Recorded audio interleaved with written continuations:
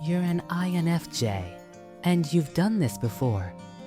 Right when happiness gets close, you pull your own hand back. When good things keep happening, somehow it starts to feel scary. A job that was finally going well, a relationship that was finally deepening. You get within one step of the thing you wanted, and suddenly you start looking for reasons to doubt it. And before you know it, you've quietly taken it apart with your own hands. But this is not a personality flaw, and it's not because you're negative. There is a real, specific reason why you hit the brakes right before happiness. And here's the thing. If you try to force this break off, it presses down even harder. Today, I want to share 5 reasons why INFJs hit the brakes right before they become happy. Even if nothing comes to mind right now, that's fine. By the time you've heard all 5, you'll probably meet yourself in at least one of them. Number 5 especially is about a break that keeps getting pressed even after you found happiness. The more loving you are, the harder you're pressing it. And at the end, I'll share how this break loosens, without effort, without forcing anything. One thing before we start.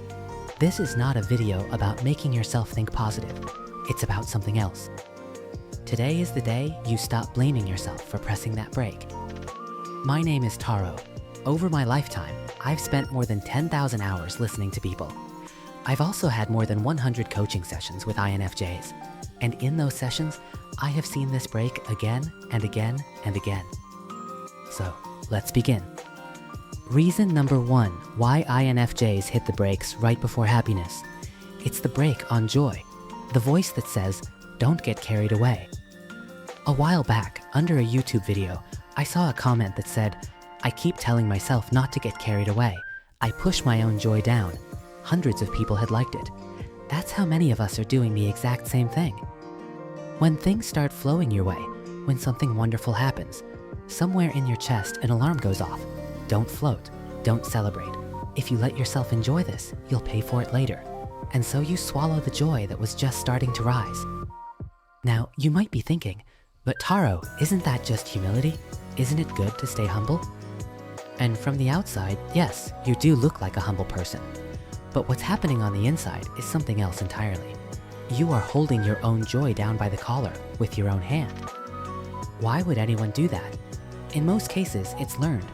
You celebrated innocently once, and someone poured cold water on it. You mentioned things were going well, and someone resented you for it. When you've collected enough of those small wounds, your mind files joy and danger in the same folder. So the moment happiness comes near, you press the brake yourself first, because being stopped by your own foot hurt less than being stopped by someone else's. In other words, if you can't celebrate freely, it's not because you're gloomy. It was a survival strategy, your way of protecting your joy. Stopping yourself in the very moment of happiness, that's the first brake. But this brake isn't only pressed in single moments. Some of us press it across whole seasons of a life. Reason number 2 why INFJs hit the brakes right before happiness. It's the postponement. The voice that says, not yet. There was another comment I remember. I feel like I'll only get to use my gifts in the second half of my life. At first glance, that sounds hopeful, doesn't it? It says, someday I will use them. But look closer. The same sentence is also saying something else. Not now. It takes the whole experience of happiness and forwards it into the future. INFJs do this a lot. I'm not ready yet. I need more experience first. I need to work on myself a little more. It's postponement, wearing the costume of preparation. When the first break stops today's joy, the happiness has nowhere to go. So you put it on a shelf labeled someday. Here's the problem. A little more ready has no finish line. You're the one drawing the passing line, and every year, quietly, you move that line a little further away, which is why someday never arrives. And please, don't blame yourself for this one either. What if I receive it now and can't live up to it? What if I let myself be happy now and lose it later? For someone carrying those questions, not yet was simply the least painful place to set things down. But if you keep choosing the least painful place, what happens in the end? The things that matter most to you stay up on that someday shelf, while your life keeps walking past underneath. You go on wearing a sign that says still preparing, year after year, and you stop moving forward. You avoided the pain, yes, but in exchange, you are quietly letting go of the one thing you would miss the most. That is the real cost of postponing. So someday turned out to be another face of the break, but some people press it even earlier than that. They stop themselves before the wish itself. Reason number 3 why INFJs hit the brakes right before happiness. It's stopping yourself one step before wishing it all. There's a comment I've never been able to forget. When I think about someone reading my diary after I die, I can't write in it. Think about that for a second. A diary no one is ever meant to see, and even there, the honest wish can't be written down. At that point, the break isn't sitting right before happiness anymore. It's pressed one step before even wanting to be happy. There are other voices like it.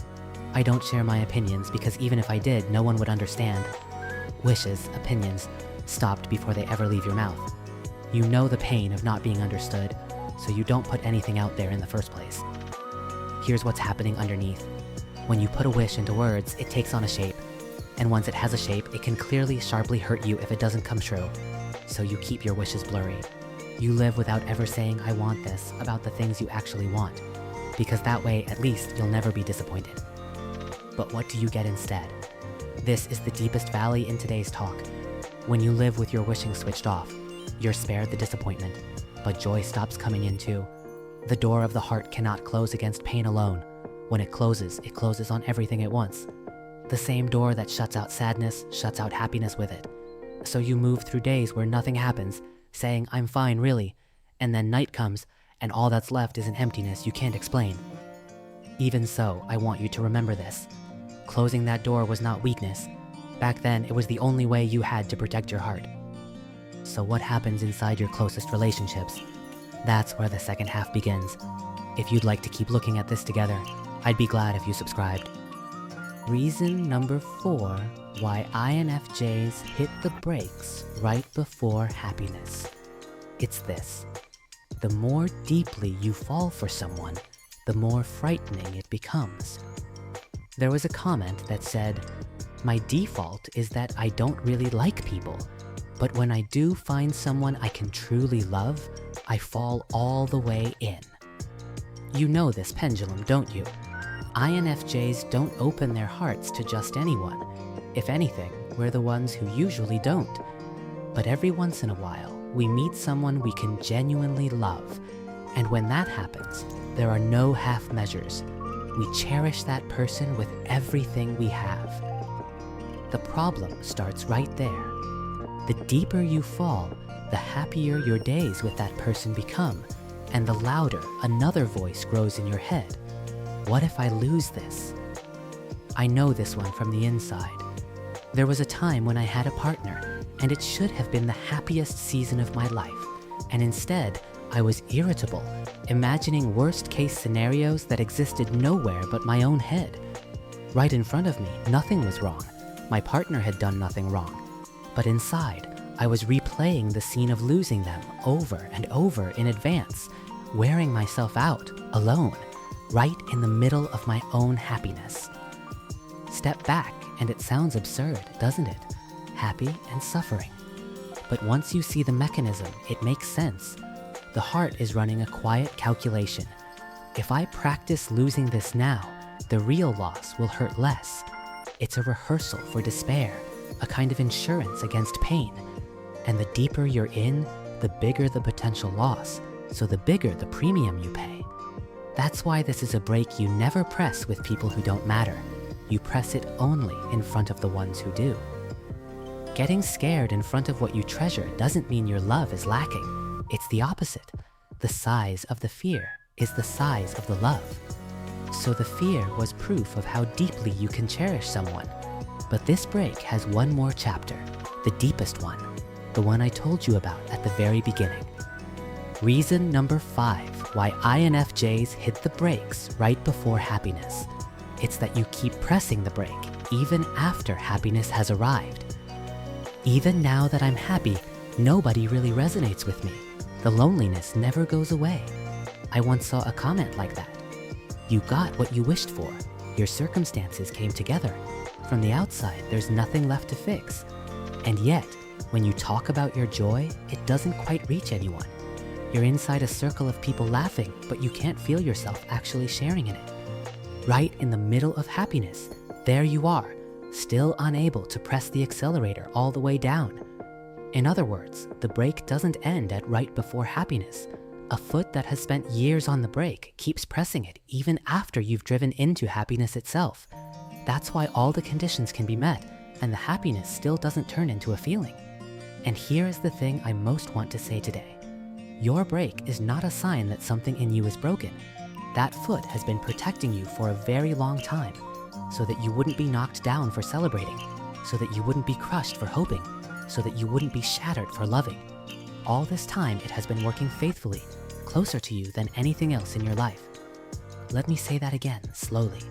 If you press the brake, you are not someone unfit for happiness. You are someone who has been protecting yourself right at the doorway of happiness all along.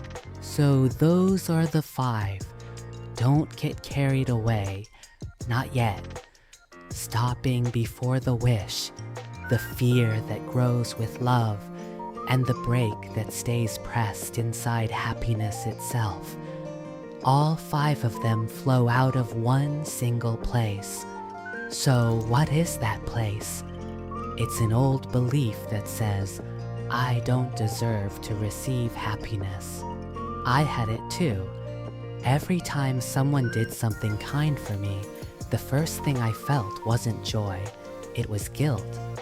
From the moment I received anything, my head was already busy calculating how to pay it back. When you believe you don't deserve it, you inspect every happiness that's handed to you before you let yourself enjoy it. So how do you release the brake? This is the part I promised you at the start. And no, it's not about trying harder. In my case, I stopped trying to release it at all. When you notice yourself pressing the brake, instead of saying, I'm doing it again, what's wrong with me? You say, quietly, on the inside, you've been protecting me, haven't you? That's all. When you fight the brake like an enemy, it presses down harder. A foot that's spent years protecting you stiffens when it's blamed and softens when it's finally thanked. That's the exact order in which I changed. Years ago, when I was an elementary school teacher, I was gripping the right answer called stability, and it was wearing me down every single day. When I finally let go of what I was gripping, this work, the work I can honestly call my calling, flowed in to fill the open hand. I didn't strain to grab it. I opened my hand and it came in. And now that the brake has loosened, honestly it makes me laugh how small the things are that bring me happiness now. When someone gives me a gift, I receive it, fully, without apologizing for it. On sunny days, the sunshine is a blessing. On rainy days, the rain is. The fact that I can drink water straight from the tap, the fact that I get to live in an age this convenient, every bit of it feels like happiness. The higher your frequency of happiness rises, the more happiness you can pick up out of the very same ordinary day. I'm living that right now. To become happy, I never needed to strain and add something new. Stop blaming the foot that's been pressed down all these years. That alone, and the car begins to move. One last thing. In a comment section, someone who described themselves as an ENFP who loves INFJs wrote this: "You don't have to try so hard." I think everything I've said today comes back to that one line. You have already tried hard enough, for long enough, protecting yourself. From here on, happiness is not something you earn through effort. You notice the block that's been holding your happiness back. You loosen it little by little, and you give yourself permission to be happy. That's enough. And let me be honest with you about one thing. Of the 5 breaks we talked about today, the one pressed deepest down is surprisingly hard to see on your own. It's like your own back. Your own eyes can never quite see it. So if someday you feel like looking at that deepest break together with someone, you'll find the doorway on my website. The link is sitting in the description. There's no rush at all. And if you do visit, let that small step be your first practice in receiving. Well then, thank you for listening today. I'll see you again.